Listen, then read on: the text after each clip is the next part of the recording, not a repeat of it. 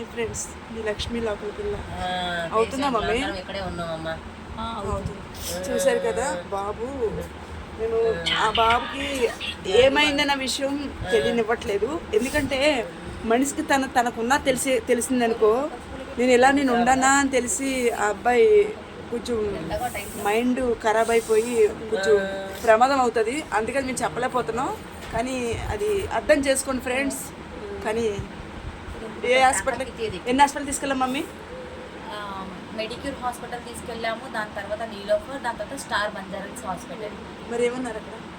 చెప్పాను కదా ఇలా, అది మేము చెప్పలేకపోతున్నాం. ఇక్కడ పిల్లోడు ఉన్నాను కదా, డోర్ దగ్గరికి వెళ్ళి మాట్లాడేస్తాను. చాలా సిచ్యువేషన్ ఏం బాగోలేదండి.